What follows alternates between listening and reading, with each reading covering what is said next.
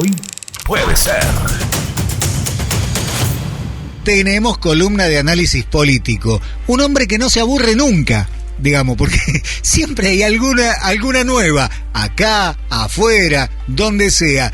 Bienvenido, buen día al profesor Alberto, al magíster Alberto Martínez del Peso. ¿Cómo va, profe? ¿Cómo le va? ¿Todo bien? Buen día. Sí, un poquito de síndrome de Sarah Connor todos los martes, ¿no? Sí. Un poquito. Es como que cuando ya pensás que no puede ser peor, viene otra cachetada a la cual nos tenemos que acomodar. Si la columna anterior teníamos que hacer un picadito para poder abarcar todo, acá también lo mismo. La realidad nos impone una agenda y uno trata de ponerle un poco de análisis, pero bueno, la realidad nos lleva puestos. ¿Y supera la ficción? Sí. ¿Usted dice? Sí. Esto se está pareciendo a la película esa, La suma de todos los miedos, no sé si la vieron. Sí. Tanto para tanto, sí. Bueno.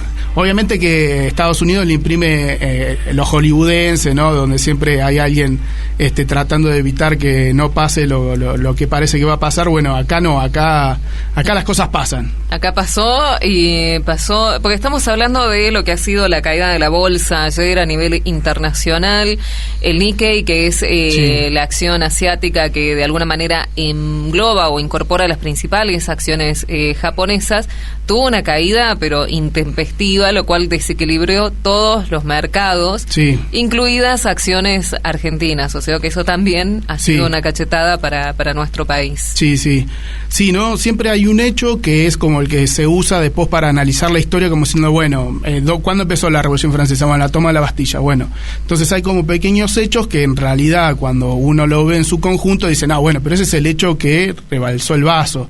Y entonces lo que fue la crisis en la bolsa de Japón, que ahora vamos a ver más o menos rápidamente qué características tuvo, en realidad es producto de un contexto de tensiones a nivel internacional, no me canso de decirlo, y bueno, en realidad el mundo se está preparando para cosas importantes, y por eso un dato de una posible recesión en Estados Unidos repercute en la bolsa de Japón y hace que todas las bolsas arrastren y generen esa caída. Está muy bueno que lo menciones porque por lo menos hasta marzo de este año lo que era el Nikkei era una de las acciones más estables e incluso era recomendada para inversionistas. Lo que sí me llamó la atención es que la inestabilidad laboral por el índice del desempleo que va creciendo en Estados Unidos pueda generar este tipo de repercusión en un mercado asiático. Sí, acá tenemos dos maneras de abordarlo. Vamos a tratar de clarificar en ese sentido. Bueno, ¿qué es la bolsa? La bolsa prácticamente es un lugar en donde las empresas salen con una cotización, es decir, agarran, vamos a decirlo metafóricamente, su empresa, la parten en pedacitos y la ofrecen en un mercado que ese pedacito es una acción. Y entonces, según la demanda que haya en esa bolsa, por eso se llama así, tu cotización de tu empresa aumenta o no.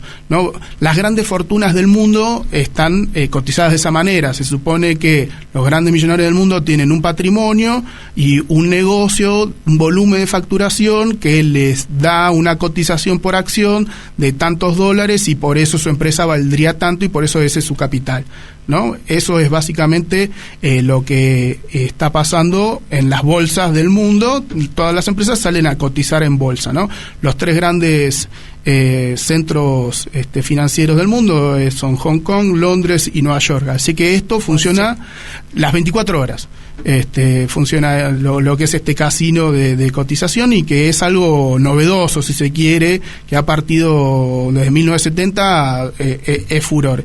Y entonces ha generado una dinámica económica en donde la cuestión se mide en horas, y por eso un posible dato en Estados Unidos puede repercutir en la primera bolsa que por uso horario se abre. Después hay una particularidad del caso, que es que la tasa de interés japonesa es muy baja, entonces todo el mundo compra la moneda japonesa y reinvierte. Pero en épocas de tensiones, por lo menos económicas, vamos a seguir manteniéndonos en esa línea, los inversores, para llamarlos así, se mantienen más cautos y entonces no invierten. Entonces, en esa salida de cotización en donde las empresas dicen, bueno, yo valgo tanto, si nadie compra, eso quiere decir un derrumbe.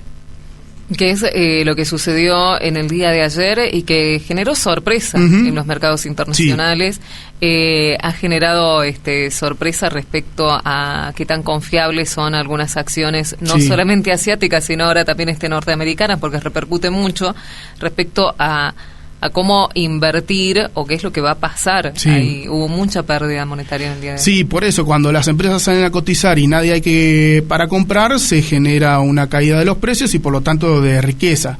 Después se puede analizar sobre si el mundo en realidad no se dedica a multiplicar la riqueza, porque se supone que si yo te doy $1 y vos estás endeudado en $1 y vos eso lo reinvertís y supuestamente vas a recibir $1, en realidad ese peso no se transformó en $3.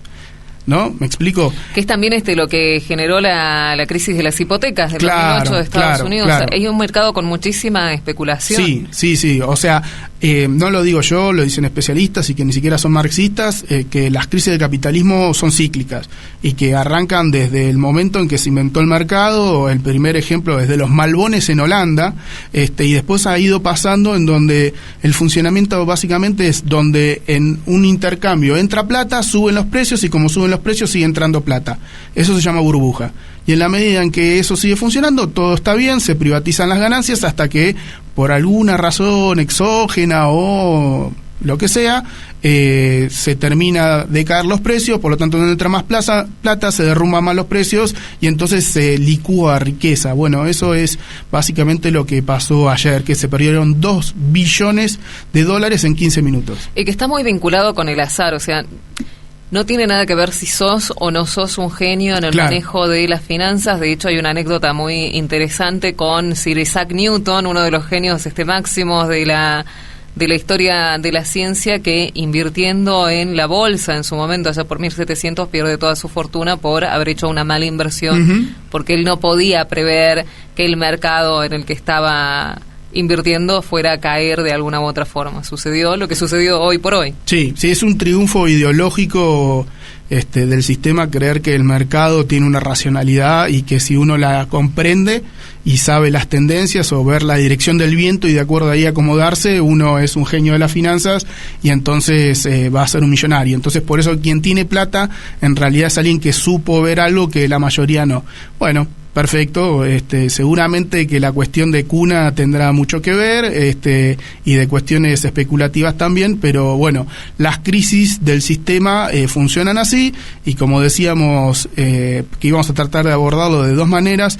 Lo segundo, y ahí también me viene la formación geopolítica, es que el mundo se está preparando para que en Medio Oriente pasen cosas. Es decir, ya tuvimos antes ese antecedente en donde por primera vez Irán ataca a Israel y ahora están habiendo declaraciones mutuas entre Irán diciéndole te voy a atacar y Israel diciéndole si vos me atacás yo te ataco, y entonces ya el mundo se está preparando para un conflicto abierto en Medio Oriente. Si a eso le sumamos un dato de recesión en Estados Unidos, la primera bolsa que abre va a ser la que más sufra y de ahí se va a trasladar. Bien, respecto a este conflicto entre Israel e Irán, en el día de ayer o antes de ayer fue que Israel pidió la expulsión de Turquía de la OTAN por algunas declaraciones de Erdogan. Bueno, lo viene pidiendo hace rato. Ahí hay una cuestión de que Turquía se trata de erigir como líder de los musulmanes, pero bueno, las tensiones hace rato, pero sí, debe haber sido de estos últimos días. Pero bueno, ahí Turquía es miembro de la OTAN hace varios años y bueno, hay una cuestión declarativa, pero los intereses son medio conjuntos. No va a pasar más que de una cuestión, creo yo, política, declarativa, pero lo que sí va a pasar entre Irán, que es un país musulmán, pero no árabe, es persa, o sea que también hay una cuestión ahí de... Porque también tienen sus conflictos internos. Sí, también tienen sus conflictos internos, pero Hollywood o en general a Occidente se...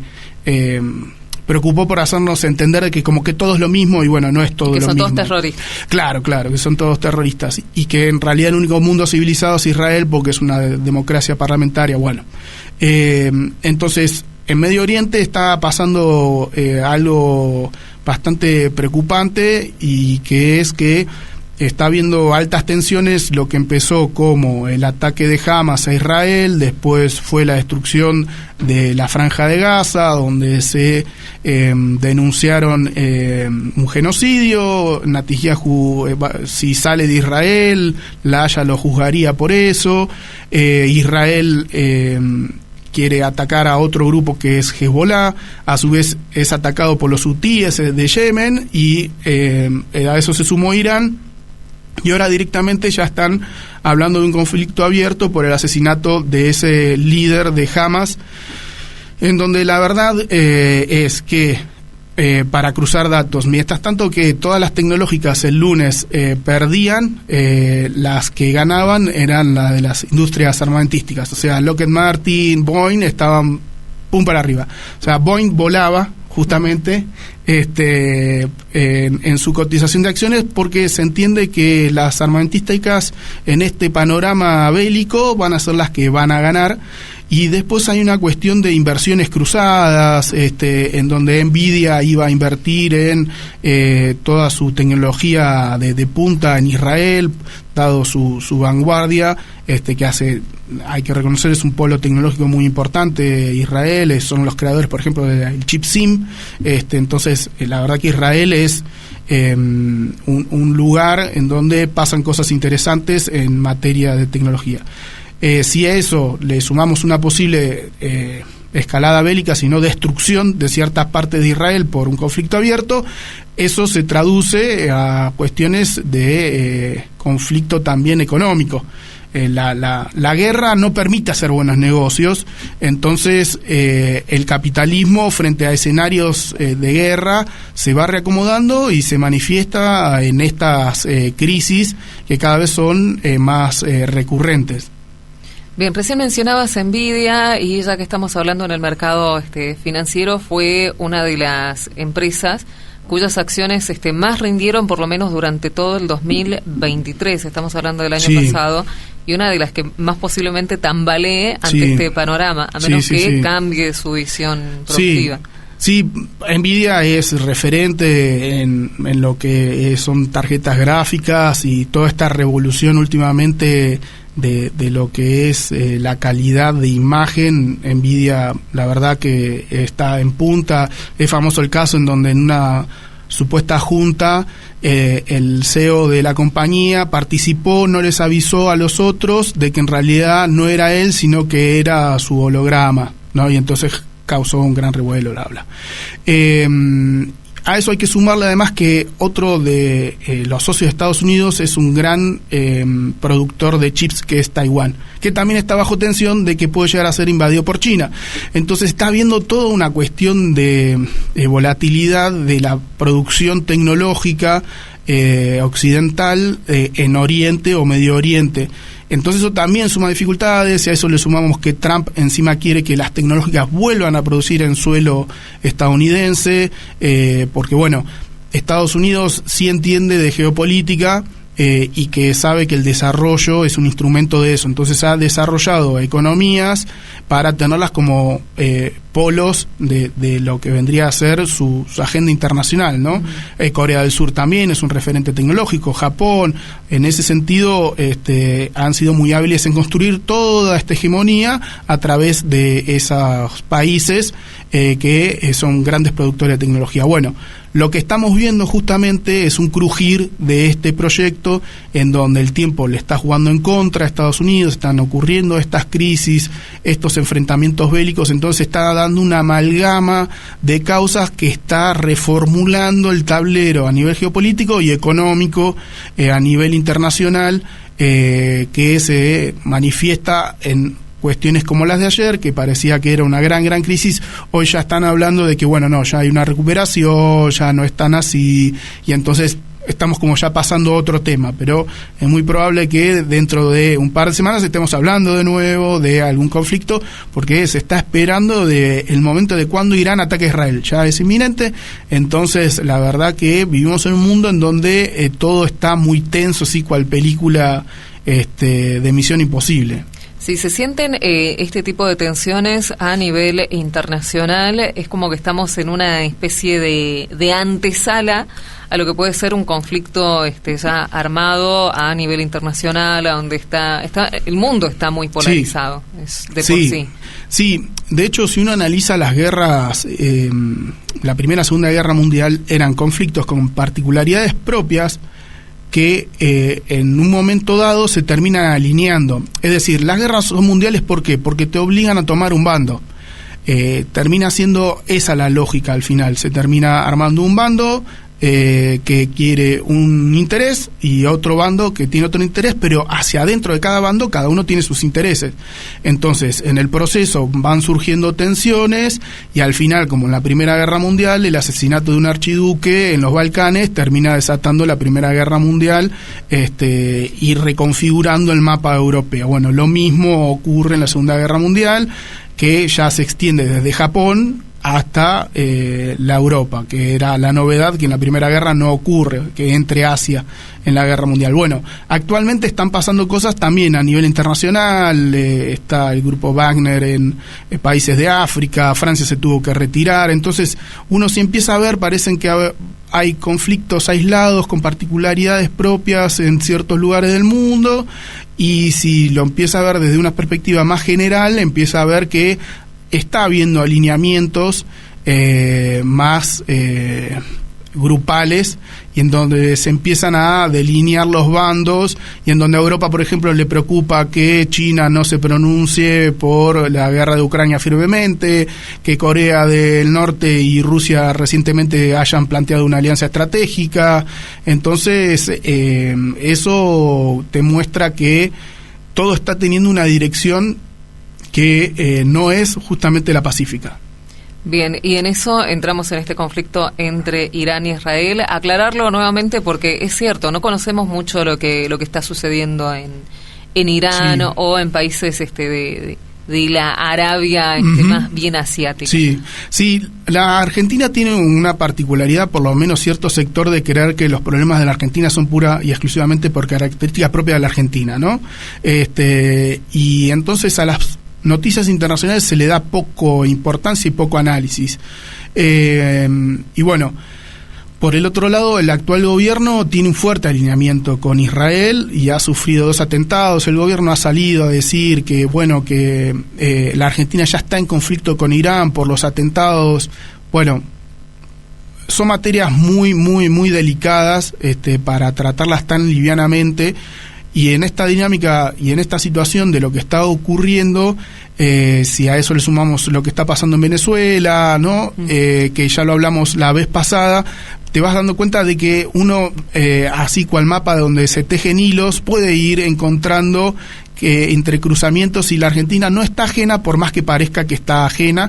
Y como decías vos, en lo económico también es un problema, porque Estados Unidos, en lo general, en estos datos de recesión, lo que tiende es a devaluar. Estados Unidos no lo devalúa, sino que maneja la tasa de interés.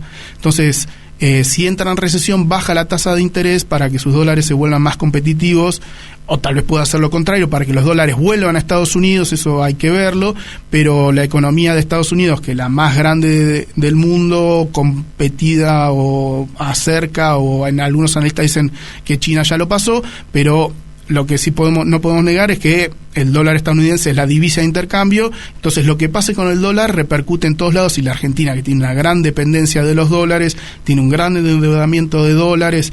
La última noticia es que ya el gobierno obligó a los bancos a aceptar los dólares manchados, rotos, y eso es un síntoma de que hay pocos dólares en el sistema argentino, por lo menos. Entonces, estas crisis internacionales donde se licúa riqueza, donde queda por esperar cuáles van a ser las medidas de la Reserva Federal de Estados Unidos respecto al dólar, golpeen a la Argentina, porque la Argentina ha elegido un contexto en donde se ha abierto completamente a las inversiones, se ha alineado fuertemente a Estados Unidos y a Israel, con lo cual nuestro país no está ajeno a lo que pasa en Medio Oriente y a las crisis que arrancan por Japón. Bien, y esto es un poco la explicación de lo que ha sido la caída global del día de ayer de algunas de las bolsas más importantes a nivel internacional. No te voy a pedir que nos adelantes lo de la semana que viene, porque va a estar complicado. Claro. Sí, lamentablemente no se puede esperar nada bueno porque ya ha habido declaraciones de embajadas que le piden a sus ciudadanos que se retiren, con lo cual eso en general siempre es la antesala a algo que no es bueno, pero lo que sí podemos esperar es que van a haber misiles volando por Medio Oriente en cuestión de días y hay que ver cuáles van a ser las respuestas. Bien, esperemos que no sea... Ojalá que se equivoque, profe. Gracias, sí, yo también. Ojalá que te equivoques, no porque quiera ir en contra de tus conocimientos, sino porque parece que no se aprendiera nunca y que parece que la vía bélica es la única vía. Sí, tal cual. Occidente ha resuelto que su caída en su hegemonía la va a resolver de manera bélica. A los tiros, a los yanquis. Sí, y Rusia y China y Asia esperan y ven cómo Europa entra y Occidente en general en una vorágine belicosa. Sí, la verdad que sí. Bueno, habrá que esperar, porque aparte como decías vos con esto de Sarah Connor al comienzo, es como que siempre estamos con un escenario distinto, ya no sabemos en cuál de la Terminator vamos, claro. Pero estamos en medio de algo que todavía no lo podemos ni siquiera definir. Sí, tal cual. El magíster Alberto Martínez del Peso nos traía este análisis y sigue preparando, no quiero adelantar, pero sigue preparando columnas con otros especialistas invitados y demás para futuras entregas. Sí, es lo que ustedes se merecen, que subir la calidad del programa. Pero muchas gracias, con ustedes es suficiente, pero si usted quiere, siempre. Si viene de arriba hasta un rayo, mira. Genial. Le agradecemos muchísimo al magíster Alberto Martínez del Peso, con quien intentamos analizar la realidad política a nivel internacional. Hoy puede ser.